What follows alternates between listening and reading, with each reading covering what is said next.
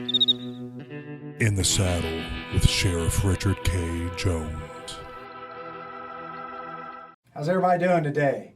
I'm Sheriff Rick Jones from Butler County, Ohio, and I've got a guest today. One of our guests today on our podcast is Sean Maloney, and I'm going to have him introduce himself and talk a little bit about himself.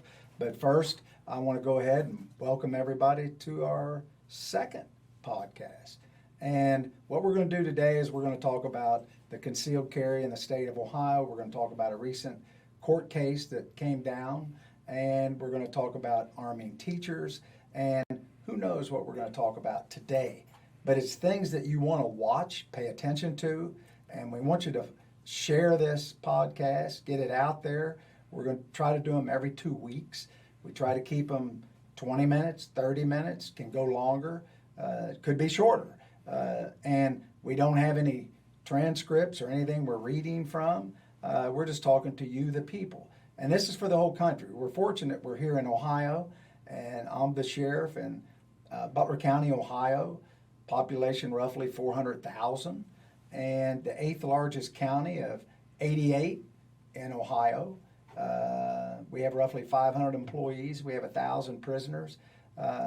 Very outspoken here, very fortunate.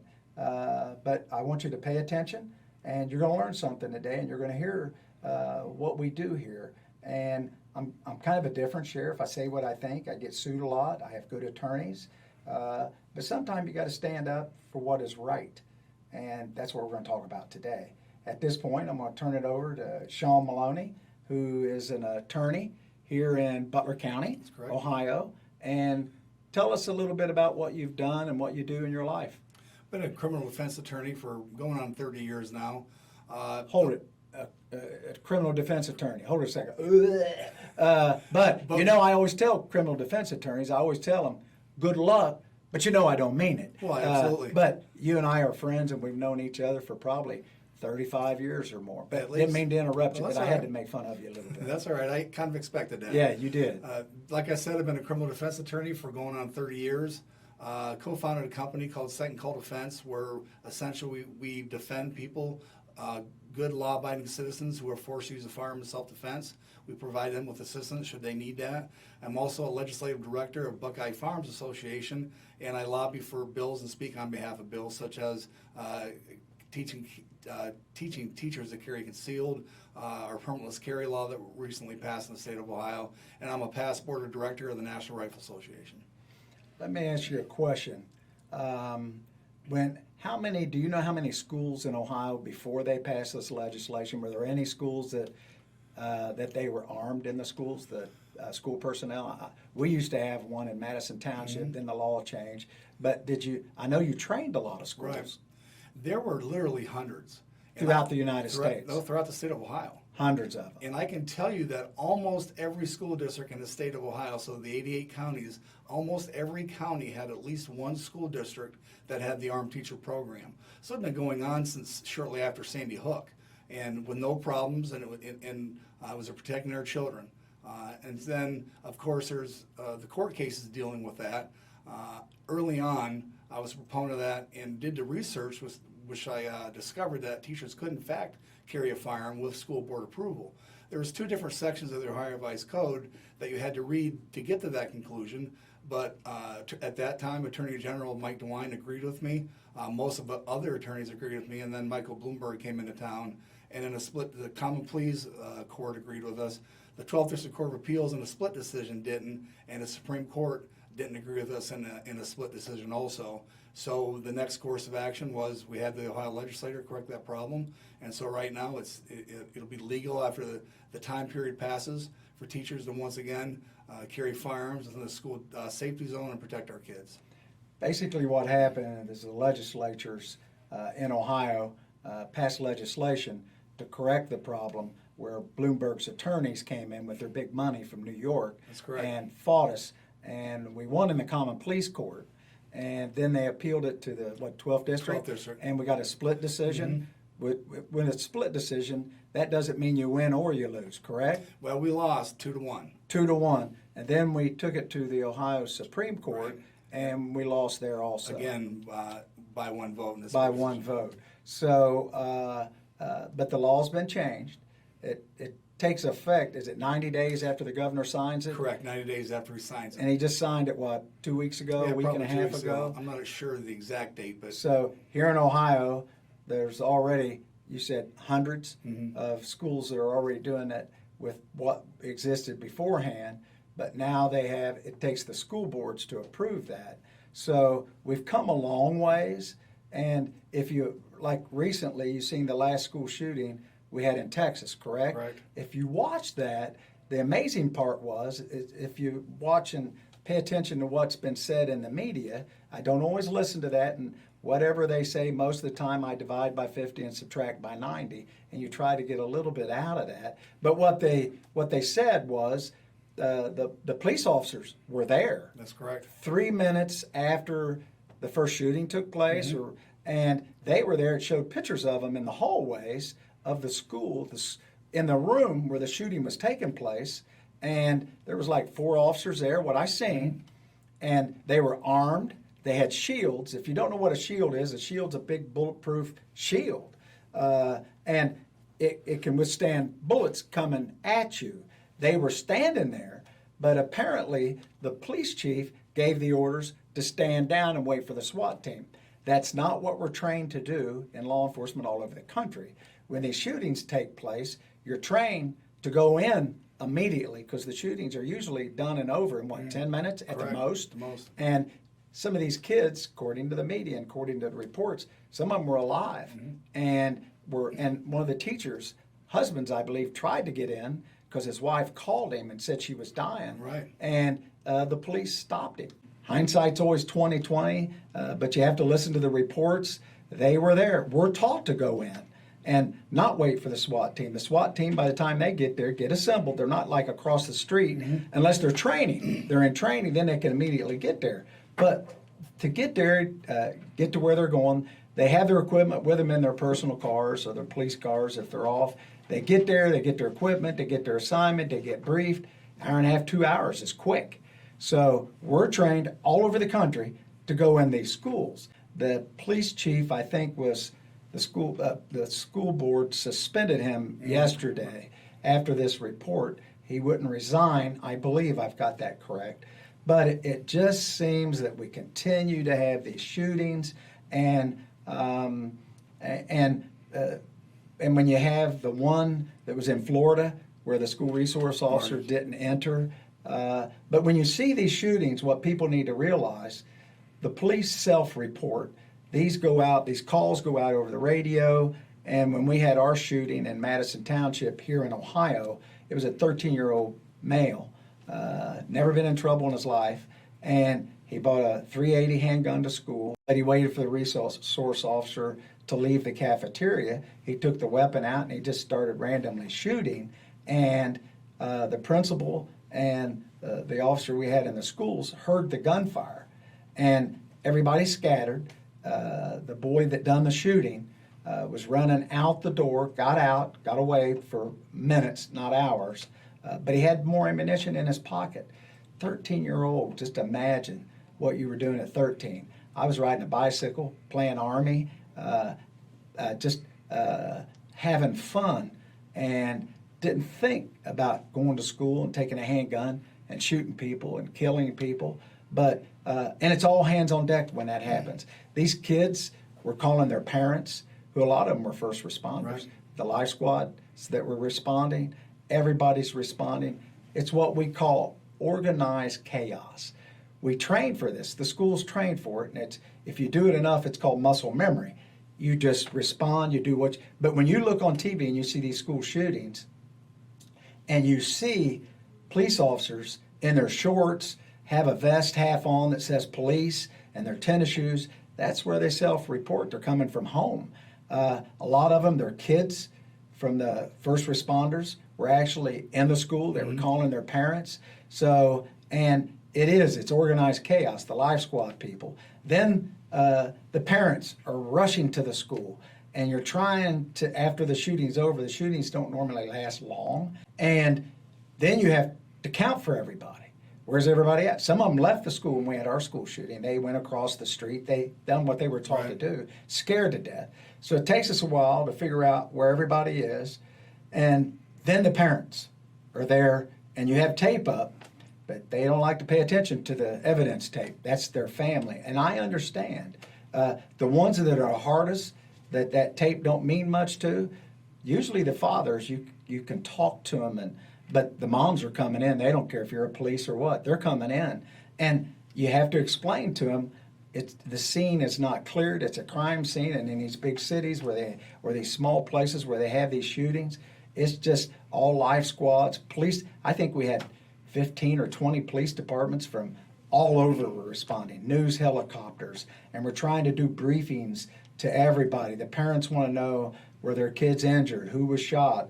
And I can remember talking to them, and they were there quickly, and trying to give them information and telling them, if you haven't been notified already, that means your kids are safe. But it's the crazy world we live in, and people are asking, that teachers don't want to be armed, or school personnel, janitors, people that work in the schools. We found that not true here. Correct. We advertised the last school shooting we had. After that, we were going to train teachers or anybody that were affiliated with the schools. I think we had 350 people sign up in 2 or 3 days. That didn't give them the authority to go in the schools and let the school boards, but we trained the concealed carry course. At that time, I think it was 2 days. I can't remember. And we trained them. And we had to finally stop. The last, a few weeks ago, we advertised it again. I think we're up close to 100 signed up. We're talking about the school administration picking certain people within the schools to carry a firearm or have access to a firearm that are trained. The new law in Ohio, I think it's how many hours? 24 hours, I believe. 24 hours. And would I like to see more than that? Sure, but 24 hours is the law. And we just want to make sure that we can get this done, and then it'll be up to the school boards. But believe me, that we have to do everything we can. Not all schools in the United States have school resource officers. Those of you that don't know what that means a police officer that is assigned to the schools that strictly work for the schools and are assigned during the school days. And not all schools have them. There's proper protocol on locking doors, locking down. And when you have a school shooting, rumors go out all the time. There's more than one shooter. I can remember at the one we had, there's more than one shooter. Then another school district had somebody, just a coincidence, they found with a gun. And then everybody's freaking out that this is a thing they've done online and there's more than one. So it's organized chaos. And we're trying to get that all figured out. But I believe that you need school resource officers, number one, and I believe you need somebody in that school trained, one or more, in firearms. Some teachers and people, administrations, believe that we don't need guns in the school. Some people don't believe we need guns at all. I am not that person. I believe people should be familiar with a weapon, and you should have a firearm if you choose to. And there's a lot of things going on. They're trying to change the law to where, are they going to change it to where you can't get a weapon, or where it's going to be cost prohibitive for you to have ammunition or have a weapon? Is there going to be a shortage of that? You go to these big cities like Chicago and New York, there's 50 shootings or killings a night, I believe, just in a weekend. But nobody talks about that. Nobody wants to talk about that at all. And these are usually kids killing kids. And the sad things, it's that nobody wants to talk about it. Nobody wants to address that issue. And they think taking all the guns back is the answer. But I could go on. But let's start with the schools and how this will work in the schools. It's a 24-hour course. And now, that don't go into effect for a couple months yet? It's still a couple months yet. And it's important to know that no teacher is forced to carry. They're volunteers. They're volunteers, and then they're approved by the school. And then they have a minimum of 24 hours. Don't forget, the school board can say, we want more training. And then You were talking about, you know, the time it takes for the police to mobilize, for emergency services to get there. Not only are teachers in Ohio through the Buckeye Farms Faster program trained in the use of firearms, they know how to apply tourniquets, chest seals, pressure bandages, so they can save your kids' lives. You know, I heard about the child calling his mom and saying, "Oh, I'm dying." So, and that teacher who called her husband, she didn't have to die if someone had a tourniquet in there, chest seals, and could have applied life-saving techniques at that point in time. So not only are they trained to carry firearms, they're trained also in emergency medical services, at least to stop the bleeding until help arrives. Most police officers carry tourniquets. They're trained in tourniquets. I know I have, and that's where you're trained to where you can use it for yourself, how to stop bleeding. A lot of times people die from the injuries. They would live if they didn't bleed to death. So after they go through this course, we're not talking about arming all teachers. We're talking about a select group, probably 2, 1. We prefer to have a school resource officer and someone that's there as a civilian that's trained and can use a firearm. There's a lot of times people are ex-policemen, they're retired, they work in the school, they're ex-military, they've handled firearms before. Not everybody wants firearms. It could be men or women, but you need to be trained if you're in the schools. You apply for your license and you get your permit to carry a weapon, and it can be concealed, and you can go from certain states to other states with this license where they recognize that. I always have trouble pronouncing that word. Reciprocity. Yeah, I can't pronounce it, so I wanted you to do that. And you could go from certain states. And law enforcement at that time would be notified if you were pulled over and stopped. Correct. And you had to put your hands on the wheel, I guess. Or if law enforcement came up and you were around them, you had to tell them you were carrying a firearm. And the concealed carry, I think, is what, $50? Yeah, it's first time it's about 72 or 73, and then a renewal is in the 50s. And the renewal's what, every 4 years? Every 4 years, I believe. Yes. Yeah, you can find that online in Ohio if you look it up exactly how many hours it is. The course is a good course. It teaches you how to deal with firearms, and it's a good thing that people know how to handle firearms. Now let's go to the new law that was just passed in Ohio that I call it a permitless. Right. And you're correct when you say permitless, because it's truly not constitutional carry, because in the state of Ohio, the permitless carry license allows you to carry without a permit, but you have to follow 292312 of the Ohio Revised Code, which is the concealed handgun laws. So even though you're carrying without a permit, you're still following the laws in place for carrying a concealed firearm. And that's the difference, because there's some people that may not realize you can legally own, possess, and purchase a firearm in the state of Ohio and open carry that firearm legally, but you can't conceal carry because of crimes you've committed in the past. One of the perfect examples are if you've ever been found guilty of assaulting a police officer. You can never carry a firearm concealed.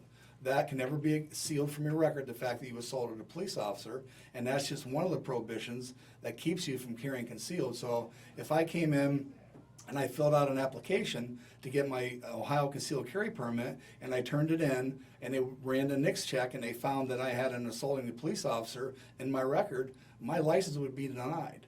So that doesn't mean now that we have permitless carry, just because I don't need a permit, I can carry a gun. No, I'm still disqualified because I assaulted a police officer. So I always encourage people to make sure that you realize what you can and cannot do. If you have to consult an attorney, do that. There's the Attorney General Handbook dealing with concealed carry in Ohio, and things like that are in there. But people are going to get kind of twisted, I think. They're going to think automatically, oh, now I don't need a permit, even though I couldn't carry with a license. Now I can. You can still open carry, but you can't conceal carry. What open carry means is that you can carry a gun in the open. When you see people out at big organizations or meetings and they're carrying weapons, it's because the law in Ohio says they can, or in other states says they can. So when you see people and they're having a riot or a disturbance and you see them carrying rifles, legally they can. That's correct. Unless the state prohibits it. Now, let me ask you another question. What law just passed that from, what was it? It came down. There's a United States Supreme Court decision that just came out a few hours ago. That is New York State Rifle and Pistol Club versus Bureau in really New York City. And New York City stated with their SAFE Act in New York said that you had to have a qualifying reason to get a concealed carry permit. And essentially, if they didn't like you or didn't want you to have a gun, they would turn it down. Well, two gentlemen got turned down again, and they filed a lawsuit against New York City, went up to the United States Supreme Court, and then a 6-3 opinion, a very strong opinion for the majority, they said that your right to carry a firearm outside your home is protected by the Second Amendment and the 14th Amendment. And that was the United States Supreme Court. United States Supreme Court. 6-3. Yeah. So we made a big change. Probably not 4 years ago before President Trump, we probably never could have got that victory. And It's now, because of who's on the Supreme Right. Court. We've got a lot going on in our country. Some in the big cities, they already have it to where you're not allowed, like Right. Chicago, you're not allowed to have firearms within the, and they have all these killings. So there's firearms there. The people that have no firearms are the citizens that can't protect themselves because they're going to abide the law. When I go back in my jail and talk, nobody here has a permit or they carry guns because they don't care. Right. And I think there's enough guns in the United States. I think we have close to 400 million You're people correct. lives in the United States. I think there's enough guns to arm everybody at least once. and some left over. Yeah, and so we got guns, and all these gun buybacks make people feel good, but I know people that have sold old junk guns to these people that do these buybacks, and they pay them real well for it, and they turn in an old junk gun that they paid $20 for, and they'll give you full price for it, the government. The government's here to protect you and help you, yeah, sure. So what they do is they take that money, then they go buy a real gun, a good gun. One thing that scares criminals is if they are afraid that somebody has a gun. Correct. And if you live in a place and you advertise in a business, no guns permitted in here, basically what you're seeing to where you're advertising, there's no guns Right. at all. So that's what that is. And I can tell you after 30 years of experience in dealing with criminals and representing criminals that they don't want to die any more than you or I want to die. And if they have to fear that the one they're about to attack, rob, or strong arm the guy has a firearm, they're not going to touch that person. And so any state that has issued concealed carry permits, violent crimes have went down immediately. Even Washington, D.C., where I think Dick Heller was probably the only person who had a firearm in D.C. for years. But violent crime went down because, again, the bad guys, they don't know who has guns, and they want to remain protected. And when you're talking about places like Chicago, New York State, California, the states and cities with the strictest gun laws have the highest rates of crime because they're not afraid. It's like the communities that have drug-free zones where you can do all the drugs you want to do, Right. and or where they've approved drugs and you can do drugs and they have safe places for you to go do your drugs. Some people even governments have a place where you can go into with a room and a chair and you can shoot your drugs and do drugs. None of those are good. There's a big knot to support law enforcement, defund the police, and what you've got, the police. Who wants to be a police officer today? And we have trouble recruiting all over the country. We have trouble here. But make no mistake about it, the United States is the best place in the world to live. It's a safe place. We've got and from where COVID hit and where the economy and people, you can't get parts and fuel's high and people seems like more angry now. And they're angry at the police, they're angry at each other, and it's a tough time right now. It appears, according to the government, we're in some type of a recession, meaning your money is worth less. So people are just anxious. We have COVID again, and people are scared they're going to go to the mask, and it's a tough time. But today, I'm glad we got to talk to you. I want everybody to know that you own your own business, and the business's name is Second Call Defense. Yeah, so when he talks, we're not advertising that, but I want everybody to know our disclaimer is this is what he does, and he's very good at it. And anytime I need help on making contact or trying to get the laws, interpretation of interpretation of the laws, I always call Sean.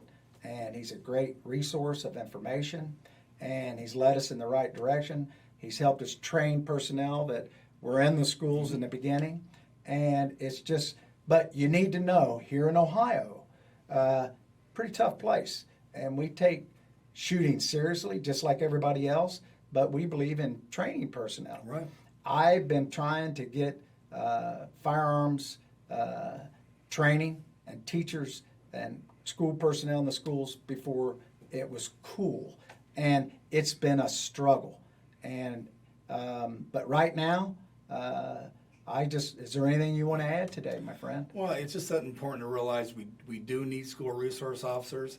You know, there's $70,000 to $90,000 each to be there by the time you get done paying for them. Some schools can't afford that, and to have a school resource officer and then armed teachers or a principal, I think is a great help. And just remember, not only are they carrying firearms, but they have medical training too. And it's important that we look for what's in the best welfare of the kids. When you have people say that we don't want guns in school, well, guess what? They're already there. They're already there. And we just need somebody, a good person with a firearm to stop that. There's no reason why our children have to be executed one by one. When our teachers you see pictures of them hugging their children, and give them a fighting chance. Not everybody agrees with us on this. And again, it's up to the school boards who gets elected into those positions. But still the greatest country in the world, and it's a shame that we have to talk about this in school. When we went to school 1,000 years ago, we didn't go on horseback, but it's been quite some time ago. We actually had fun. We didn't have to worry about school shootings. We practiced fire drills, and I can remember we practiced if we came under nuclear attack. Air raid drills. Yeah, air raid drills. And now we have to teach people with guns coming into schools and then the pandemic, locking the schools down, kids staying home, no personal contact, and it's going to affect us for years.